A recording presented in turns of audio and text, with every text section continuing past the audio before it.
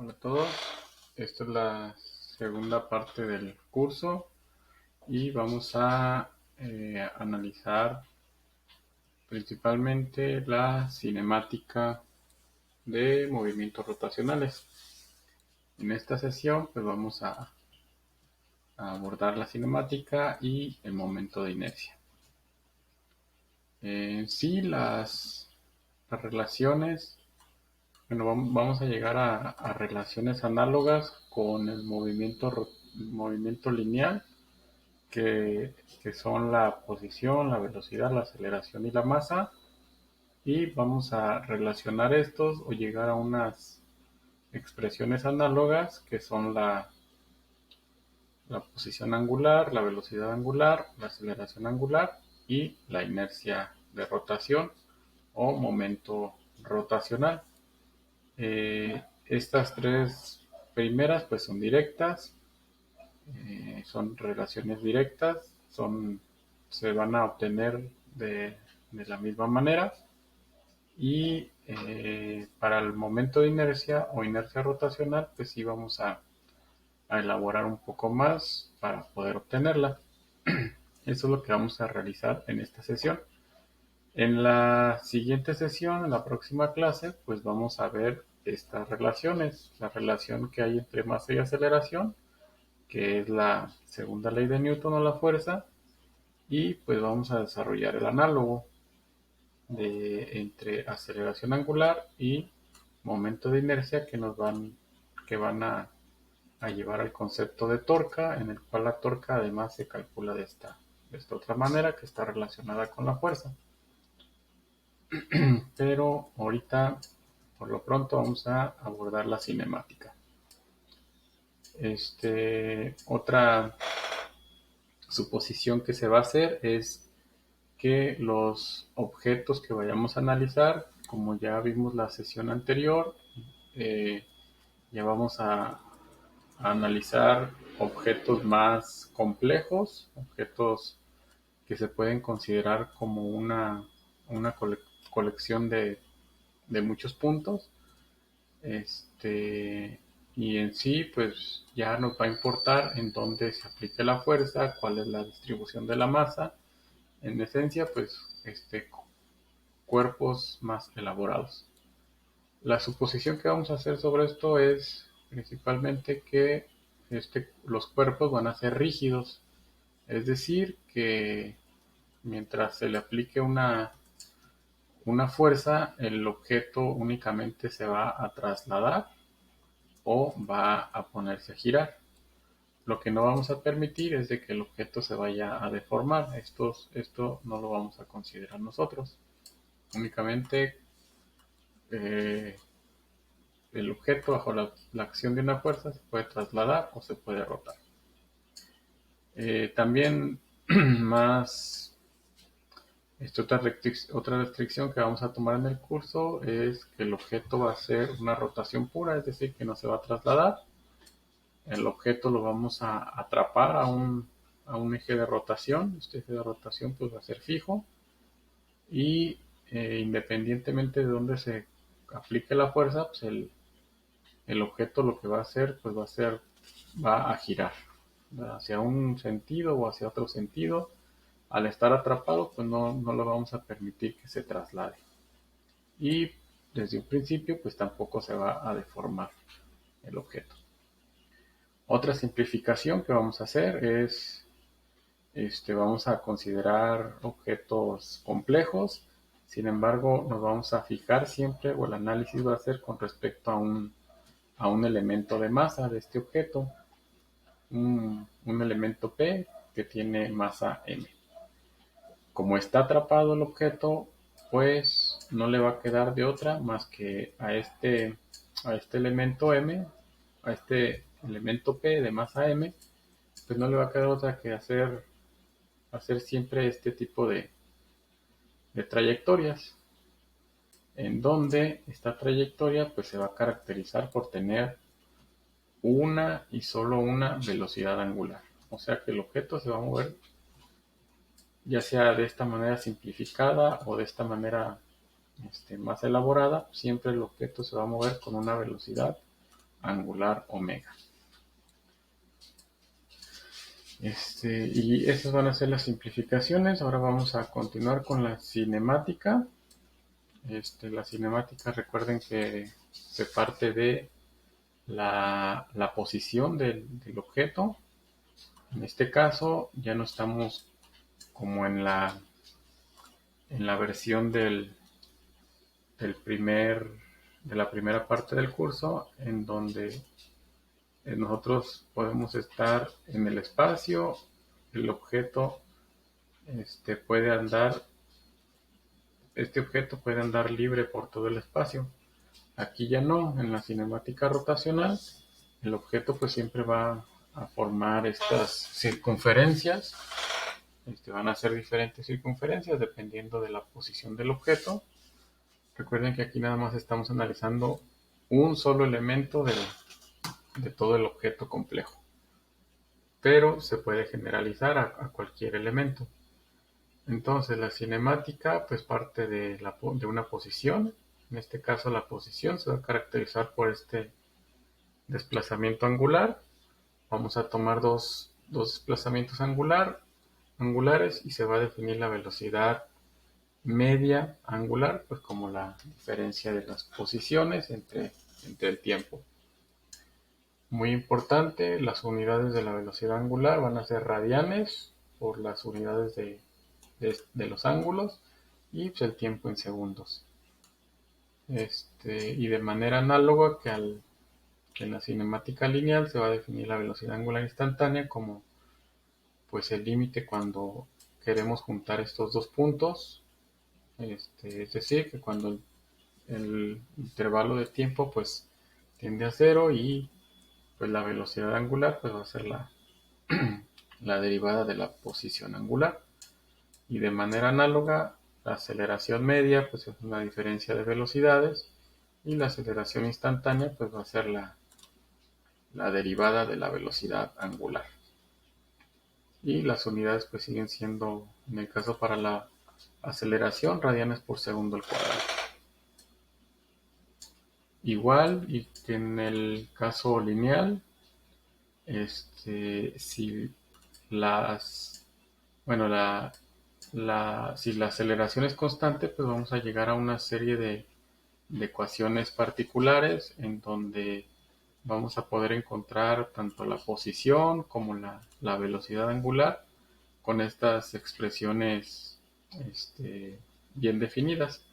Si la aceleración no es constante, pues tenemos que trabajar con estas expresiones teóricas dadas por las derivadas tanto de la posición como de la velocidad angular.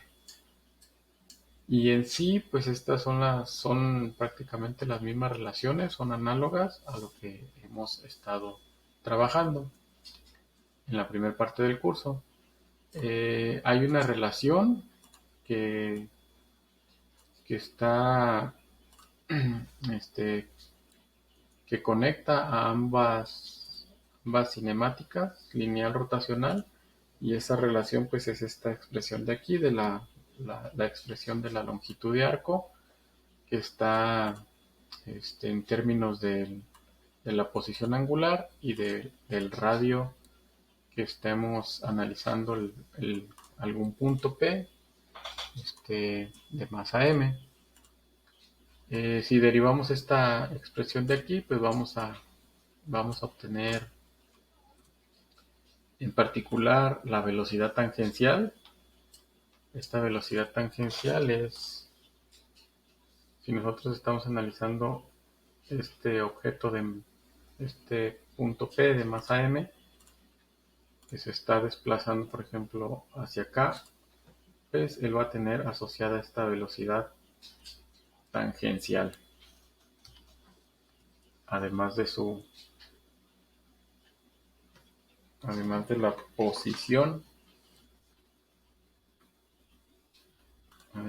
posición, aquí la derivada de r y teta, r, recuerden que estamos analizando un punto P particular, no va a cambiar, puede salir de esta derivada Lo que está cambiando pues continuamente pues es el ángulo de posición, por lo tanto ese es si lo afecta la derivada, y esto también por definición pues es la velocidad angular. Y pues vamos a llegar a esta expresión también muy importante que la vamos a utilizar más adelante, que es pues una expresión análoga a la relación entre posición angular, posición lineal, y son proporcionales, y la constante de proporcionalidad pues es el radio. En este caso otra vez volvemos a llegar a algo análogo, una relación proporcional entre velocidad lineal, velocidad angular, y R es el factor de proporcionalidad. Esta expresión es muy importante porque además nos dice que dependiendo del elemento que estemos analizando, la velocidad pues va a ser diferente, y en particular mientras más alejados estemos del eje de rotación, pues la velocidad va a ser mayor, la velocidad tangencial o lineal. Sin embargo, aquí otra vez recuerden que todo el objeto va a estar girando con velocidad angular omega, y esta velocidad angular es única, no es como la velocidad lineal o la velocidad tangencial, que esta sí varía. Esta velocidad es una y solo una. Eh, También si se deriva esa relación de velocidades, también vamos a obtener otra proporcionalidad entre aceleraciones lineales o tangenciales y aceleración angular. Y esto ya más o menos lo vimos en la primera parte del curso. Si un objeto se mueve en alguna trayectoria curva, en general cualquier trayectoria curva, esa trayectoria curva la podemos siempre aproximar por una circunferencia. Por ejemplo, tenemos un objeto que se mueve sobre esta trayectoria curva, nosotros podemos siempre aproximar estas curvaturas por medio de un círculo equivalente. Y en ese círculo equivalente pues vamos a tener por ejemplo, aquí se analiza la aceleración. La aceleración, recuerden que es la diferencia entre estos dos vectores de velocidad. En particular esta sería la aceleración. Y si proyectamos esta aceleración en una componente radial y en una componente tangencial, pues vamos a obtener esta relación de aquí. La aceleración total es la aceleración lineal más la aceleración centrípeta. Ahorita acabamos de obtener la aceleración tangencial. Esta aceleración tangencial es proporcional a la aceleración angular, y la aceleración centrípeta pues es v cuadrada entre el radio. Y pues también se puede obtener esta relación un poco más compacta. En general, estas son las relaciones que se pueden obtener en la cinemática rotacional. Esta expresión es clave para poder relacionar la cinemática lineal con la cinemática rotacional, y en general casi todos los problemas van a requerir de esta expresión o de sus derivadas. Con esto pues más o menos espero que quede claro que la cinemática es prácticamente la misma, únicamente lo que va a cambiar es el movimiento que se esté analizando. En esencia, pues siempre van a ser movimientos circulares porque vamos a considerar elementos que estén en rotación pura, es decir, que van a estar fijos con respecto a un eje de rotación. Ahora lo que sigue pues va a ser analizar el momento de inercia. Recuerden que el momento de inercia o inercia de rotación pues es el encontrar el análogo de la masa inercial a la masa inercial de la mecánica lineal a la mecánica rotacional. Esta es una de las pocas relaciones que no se obtienen de manera directa, sino que se tienen que estimar a partir de otras variables físicas. En particular, aquí yo voy a analizar o vamos a analizar el caso con la energía cinética. Y otra vez, como les digo, esta expresión es muy importante, o sus derivadas, y en particular vamos a utilizar la derivada de esto de aquí, que es la velocidad tangencial igual a el radio por la velocidad angular. Entonces, si se juntan estas dos expresiones, pues vamos a llegar a esta expresión de aquí, en donde al final pues se llega a esta relación de acá. Las dos tienen que ser equivalentes. Ya vimos que la velocidad lineal es el equivalente a la velocidad angular, esta relación de aquí. Y por lo tanto, a esto de aquí pues no le queda de otra más que ser el equivalente a esto de aquí. Por lo tanto, esa es la definición del momento angular. El momento angular va a ser la masa por el, el radio del elemento que estemos analizando. Recuerden que nosotros estamos analizando objetos que van a estar atrapados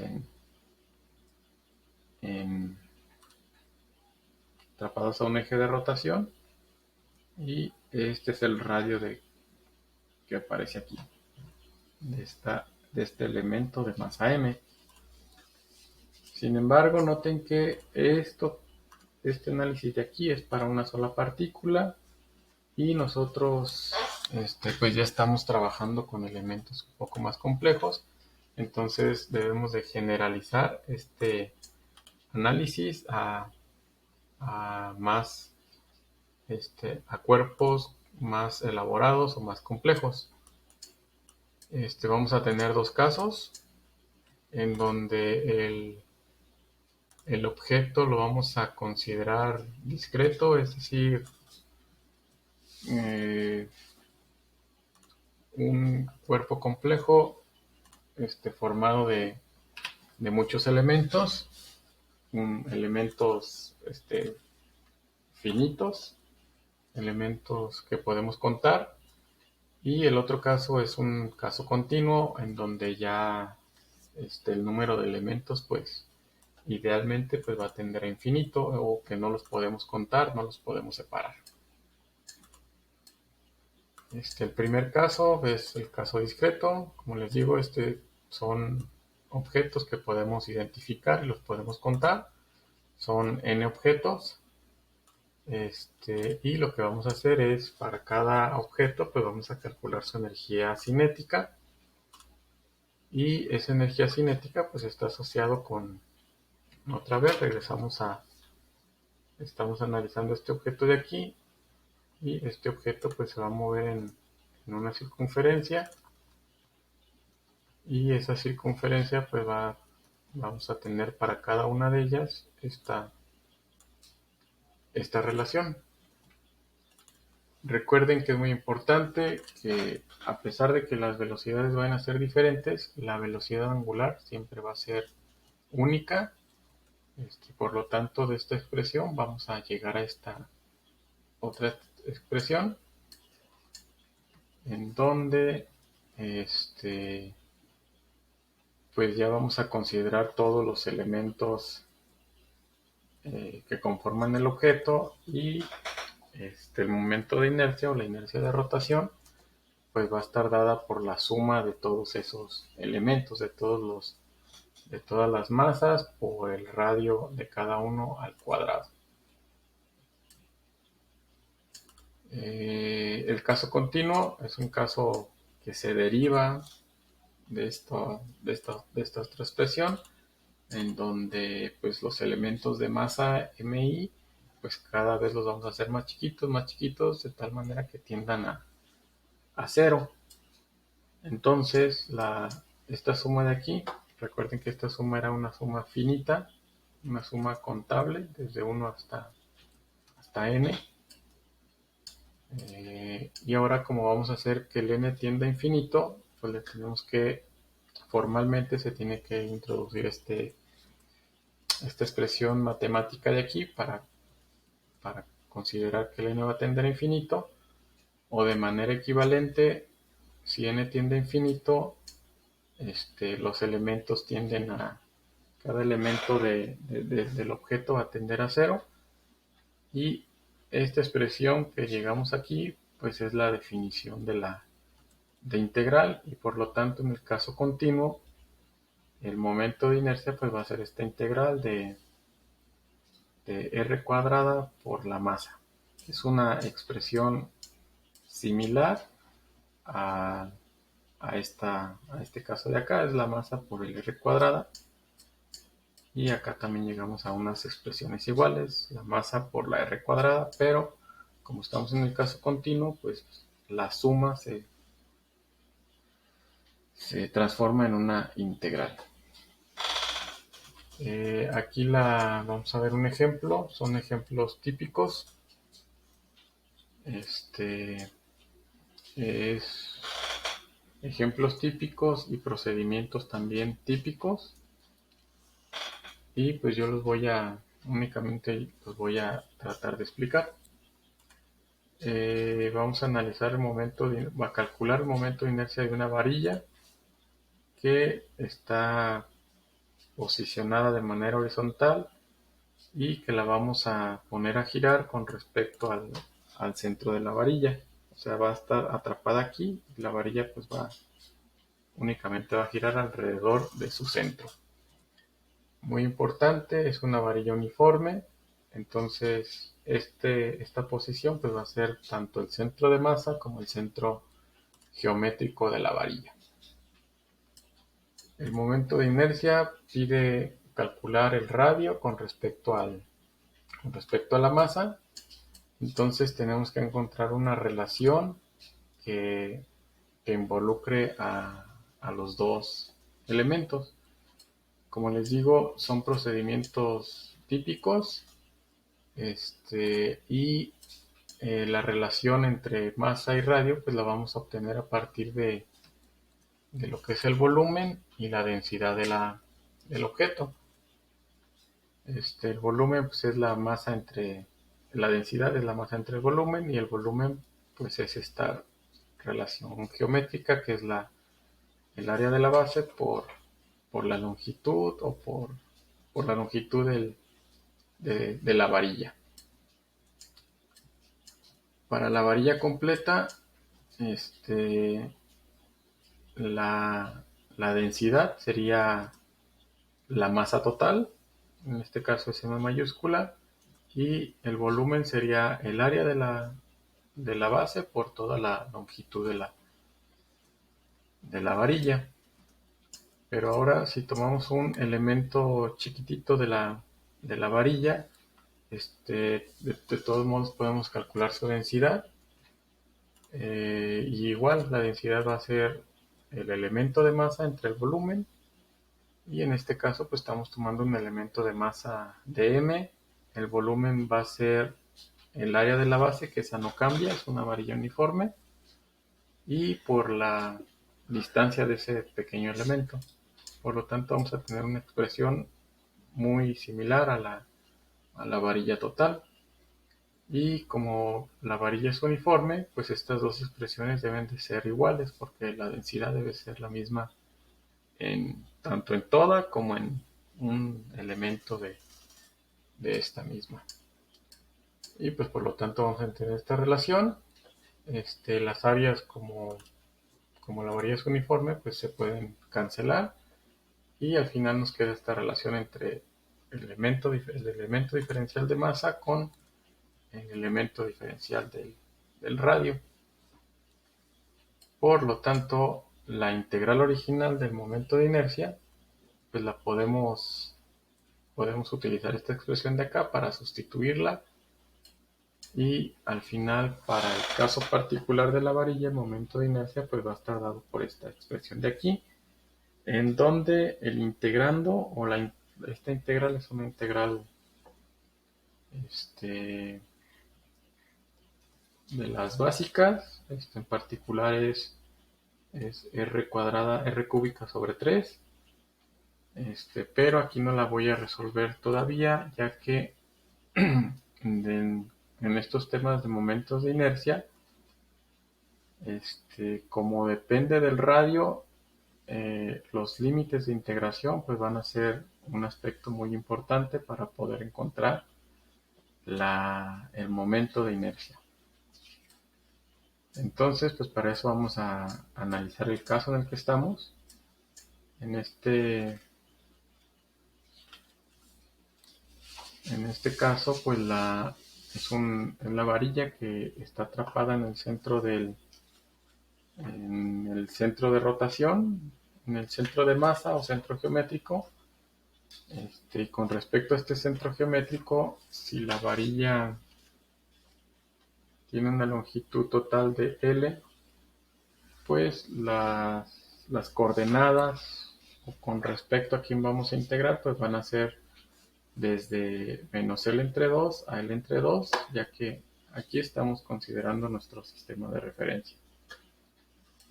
Y pues si realizamos la integral, como les comenté, es r cúbica sobre 3. Ya con estos límites de integración, pues el momento de inercia pues va a ser esto de aquí. Vamos a realizar otro ejemplo, pero ahora considerando el momento de inercia en un extremo, en este caso en el extremo izquierdo. Y otra vez, con respecto a este sistema de referencia, pues los límites de integración ahora van a ser desde 0 a L, y por lo tanto el momento de inercia va a cambiar. Esto es muy importante y muy interesante, porque recuerden que el momento de inercia es análogo a la masa. Y recuerden que la masa, pues la masa por definición es una propiedad que se opone o que pone resistencia, o que su inercia se opone al cambio de movimiento. Esa es la masa inercial. Es una propiedad que se resiste al movimiento. En este caso, lo análogo al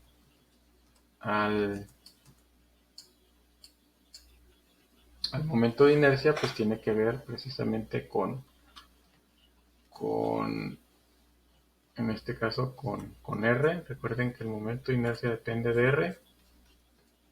Y R en este caso son los radios que se calculan a partir del eje de rotación. En este caso el R varía, pues varía de esta manera, en este